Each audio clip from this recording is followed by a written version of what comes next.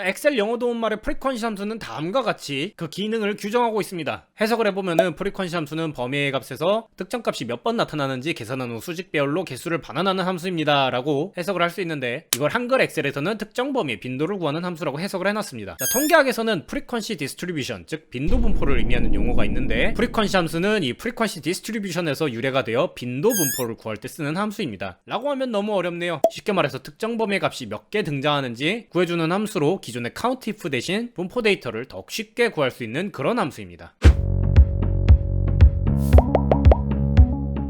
안녕하세요, 브라운 IT의 브라운입니다. 오늘은 프리퀀시 함수에 대해서 알아볼 텐데요. 기본적으로 오프닝에서도 말씀드렸듯 프리퀀시라는 단어 자체가 빈도라는 의미를 가지고 있어서 프리퀀시 함수가 빈도를 구하는 함수다, 이렇게 자주 꾀풀이가 되는데, 사실 빈도를 구한다고 하면은 일반 사용자들 입장에서는 아니 빈도를 구하는 게 대체 무슨 말이지 이렇게 이해를 하실 수 있습니다. 하지만 이 프리퀀시는 영어 프리퀀시 디스트리뷰션에서 나온 단어로 빈도 분포를 구하는 함수입니다. 그래서 일반 사용자들 입장에서는 빈도보다는 분포를 구하는 함수다 라고 이해를 하는 게 조금 편리하지 않을까, 그렇게 생각을 하면서 프리퀀시 함수에 대해서 알아보겠습니다. 프리퀀시 함수는 기본적으로 엑셀 2016 이후 버전에서 사용할 수 있고, 한셀 2020 버전, 그리고 구글 스프레드시트에서 사용할 수 있습니다. 예제 파일은 아래 더보기에 링크가 있으니까 예제 파일 꼭 다운로드 하셔가지고 영상 시청하시면서 예제 파일도 같이 활용해 보시는 것을 추천드립니다. 그러면 프리퀀시 함수의 인수 구성을 우선 확인을 해볼 텐데요. 프리퀀시 함수는 두 개의 인수가 있는데 각각 데이터 어레이 그리고 빈스 어레이, 이렇게 두 개의 인수가 있습니다. 인수 이름에서 확인할 수 있듯이 각각의 인수는 어레이라는 이름을 가지는데, 두 인수 다 범위를 지정을 해줘야 되고요. 또 기본적으로 프리퀀시는 배열 함수이기 때문에 엑셀 2016, 2019 이전 버전에서는 꼭 컨트롤 쉬프트 엔터 눌러가지고 배열 범위에 입력을 해주셔야 되고, 2021년 2월 기준으로 엑셀 마이크로소프트 365 버전에서는 동적 배열이 출력될 셀에서 그냥 엔터만 눌러주시면은 결과값으로 배열이 반환됩니다. 그래서 확인해보면은 데이터 어레이 인수는 보시면은 빈도, 그러니까 개수죠. 빈도 분포를 구할 데이터가 들어있는 배열 혹은 범위를 얘기하고요. 빈스 어레이 같은 경우에는 구간 범위라고 하는데, 연령별 인구 구성비 같이 10세 이하, 11세에서 20세, 21세부터 30세, 31세부터 40세, 41세부터 50세, 이런 식으로 각각의 연령을 구간으로 나눠가지고 구간에 몇 명이 있는지 이렇게 구하는 데이터를 도수 분포표라고 하는데, 여기서 이 구간이라는 거는 도수 분포표의 기준이 되는 구간을 얘기를 하는 거고요. 그래서 이 프리퀀시 함수는 그런 데이터가 있는 데이터 어레이를 지정을 해주고, 그리고 기준이 되는 빈스 어레이를 지정을 해줘서 결과를 반환받게 됩니다. 그래서 한 가지 확인을 해주셔야 될 거는, 이렇게 데이터 어레이 같은 경우에는 숫자 데이터가 들어있는 범위를 그냥 지정을 해주셔도 되지만은, 빈스 어레이 같은 경우에는 자동으로 초과 이하로 계산이 되는데, 가장 숫자가 작은 기준부터 오름차순으로 데이터를 입력을 해주시고, 각각의 구간은 예제에서 확인을 해보면은 5 이하고요, 5 다음에 10이 있는데, 이 10 같은 경우에는 5를 초과하고 10 이하, 그러니까 6부터 10이 되겠죠. 그렇게 계산이 되고, 여기는 15니까 10을 초과하고 15 이하, 그러니까 11부터 15, 그리고 여기는 20이니까 15를 초과하고 20 이하인 16에서 20 데이터가 해당이 되는 겁니다. 그래서 여기 화면처럼 여기 23셀이죠. 23셀의 해당 위치에다가 프리퀀시 함수를 이용해서 이 데이터의 구간을 구하는 함수식을 입력을 하면은 쭉 해서 동적 배열로 반환이 될 거고, 컨트롤 쉬프트 엔터로 입력을 하려면은 이렇게 범위를 지정을 하고, 이 3셀에서 컨트롤 쉬프트 엔터 이용해서 입력을 하면은 이 범위의 데이터가 배열 형태로 출력이 되는 겁니다. 엑셀 마이크로소프트 365 버전에서는 한 가지 주의해야 될 사항이, 사용자 입장에서는 여기서 가장 큰 숫자는 19니까 당연히 20 이하 데이터면은 여기까지만 출력이 되겠지? 라고 생각을 하실 수가 있는데, 이거를 계산하는 엑셀 입장에서는 이 데이터 범위에 가장 큰 수가 어떤 숫자인지 인식을 자동으로 하지를 않습니다. 그래서 그냥 이 전체를 빈스 어레이 인수에다가 입력을 하고 결과값을 반환을 받으면은 20을 초과하는 데이터가 있을 수도 있기 때문에, 이 밑에 칸까지, 그러니까 20을 초과하는 데이터가 있을 수도 있다고 가정을 하고 계산되기 때문에, 실제 데이터가 출력되는 범위는 이렇게 동적 배열로 출력이 되고, 데이터 어레이에 지정된 데이터 중에는 20을 초과하는 데이터가 없기 때문에 마지막은 0이 반환이 됩니다. 그래서 마이크로소프트 365 버전에서 빈스 어레이 인수의 범위를 지정할 때는 실제로는 이렇게 3칸만 입력을 해줘야 15를 초과하는 데이터에 해당하는 값이 여기에 있는 이 6셀에 출력이 됩니다. 이 부분만 기억을 해주시면 되고요.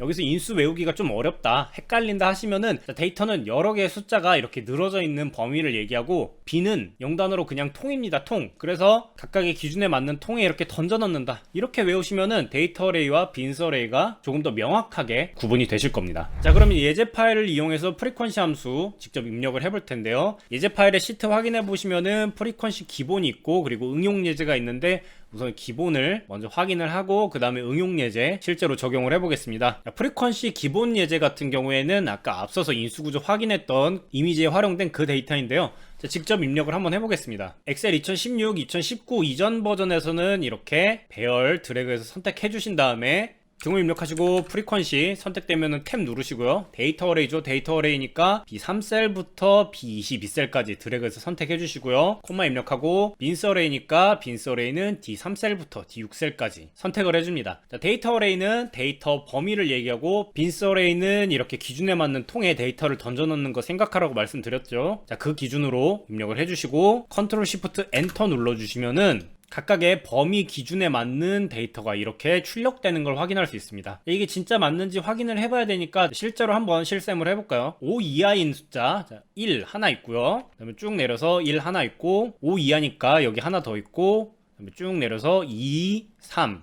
총 5개 있네요. 5개 있는 거 확인했고, 자, 그리고 15를 초과하고 20 미만이죠. 그러니까 16부터 20 숫자 실샘 해보면은 쭉 내려서 17 하나 있고요, 19 있고, 쭉 내려서 16 하나 있고, 17 있고, 총 4개 있네요. 4개 있는 거 동일하고요. 이렇게 숫자를 구할 수 있고, 사실 이 방식 같은 경우에는 예전에는 count if 함수와 sum 함수를 이용해가지고 이런 기준에 대한 분포를 세는 계산을 했는데, 그것보다 훨씬 간단하게 이렇게 프리퀀시 함수로 2개의 인수만 간단하게 입력해주면은 이렇게 결과값을 구할 수 있다는 것 확인할 수 있고요. 그리고 아까 말씀드렸던 것처럼 마이크로소프트 365 버전에서는 프리퀀시 함수 이렇게 입력을 해주고요. 데이터 어레이 쭉 드래그 선택해주고 콤마 그리고 빈스 어레이 선택을 해주고요. 이 상태에서 그냥 엔터만 누르면은 배열로 결과값이 반환이 되는데, 여기서 엔터 눌러주면은 아까 말씀드렸던 것처럼 여기 이렇게 0이 반환이 되는 걸 확인할 수 있습니다. 이유는 앞서서 설명을 드렸고요. 엑셀 입장에서는 20을 초과하는 데이터가 있으면 어쩌지 하면서 20을 초과하는 데이터까지 이렇게 출력을 해주는 거기 때문에 여기서는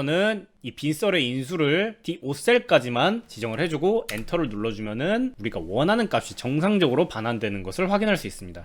그러면 이번에는 응용 예제를 이용해서 실제 실무 데이터에 어떻게 활용할 수 있는지 확인을 해볼 텐데요. 여기 응용 예제 데이터를 확인을 해보면은 각각의 사원별 직급 재직연차 연봉이 있는데, 오른쪽 표에는 재직연차에 따른 인원수 그리고 평균 연봉을 구하는 표가 입력되어 있습니다. 평균 연봉 같은 경우에는 필터 함수를 이용하면 아주 간단하게 해결할 수 있고, 필터 함수에 대한 강의는 아래 더보기에 링크가 있으니까 꼭 필터 함수도 학습을 하셔가지고 이런 데이터에 활용을 해보시고요. 우선 앞서 배웠던 프리퀀시 함수를 이용해서 인원수를 구하는 방법을 확인해 보겠습니다. 자, 우선 인원수를 구할 I3셀 클릭을 해주고요. 등호 입력하시고 프리까지 입력하고 프리퀀시 선택되면은 탭 눌러주시고요. 자, 데이터 어레이는 재직연차니까 이 3셀부터 컨트롤 시프트 아래 방향키 눌러서 마지막 셀까지 범위를 선택을 해주시고 콤마 눌러주시고 다시 컨트롤 윗방향키 눌러서 이동을 해주시고요. 여기는 인원수니까 I2는 지워주고 재직연차에 해당하는 H3셀부터 H7셀까지 선택을 해줘야 되는데, 지금은 엑셀 마이크로소프트 365 버전이기 때문에 여기 20에 해당하는 H6셀까지만 지정을 해주겠습니다. 지정을 해주고요. 엔터를 누르면은 각 재직연차에 따른 인원수가 이렇게 구해지는 것 확인할 수 있고요. 이렇게 인원수를 구한 다음에는 여기 재직연차에 그냥 5, 10, 15, 20, 25 이런 식으로만 적혀 있으면 좀 헷갈릴 수 있기 때문에 쭉 드래그 해주신 다음에 컨트롤 1 눌러가지고 셀 서식 대화 상자 열어주시고요. 범주에 사용자 지정 클릭하신 다음에 여기 지금 형식에다가 기존에 입력됐던 거 지워주시고 샵 그리고 연차 이하 이런 식으로 입력을 해주시고 확인 클릭하면은 5년차 10년차 이런 식으로 입력이 되고요. 가운데 정렬 그리고 재직연차는 이하는 이렇게 지워주신 다음에 데이터를 정리를 해놓으면은 프리퀀시 함수도 정상적으로 유지가 되는 것도 확인할 수 있고요.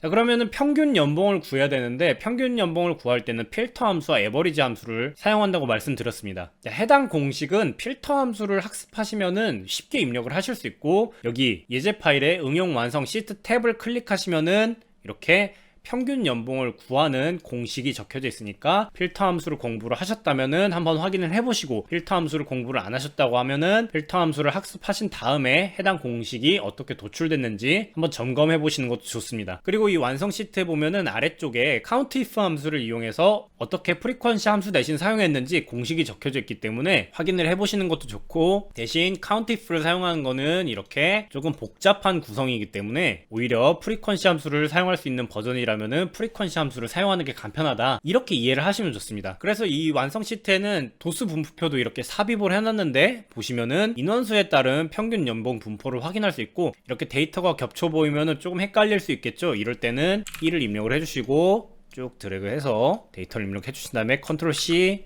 컨트롤 V, 그리고 계열 클릭해가지고 계열 3, 여기서 삭제 눌러주면은 이런 식으로 조금 더 일목요연하게 확인할 수 있는 차트를 완성할 수 있습니다. 자, 차트에 대한 강의는 제가 차차 준비를 해서 올릴 예정이니까, 이런 식으로 데이터를 구해서 이렇게 일목요연한 도수 분포표를 만들 때 프리퀀시 함수가 유용하다, 이 정도로 이해를 해주시면은 프리퀀시 함수 언제 사용해야 되는지 여러분들 실무에 명확하게 적용이 가능하실 겁니다.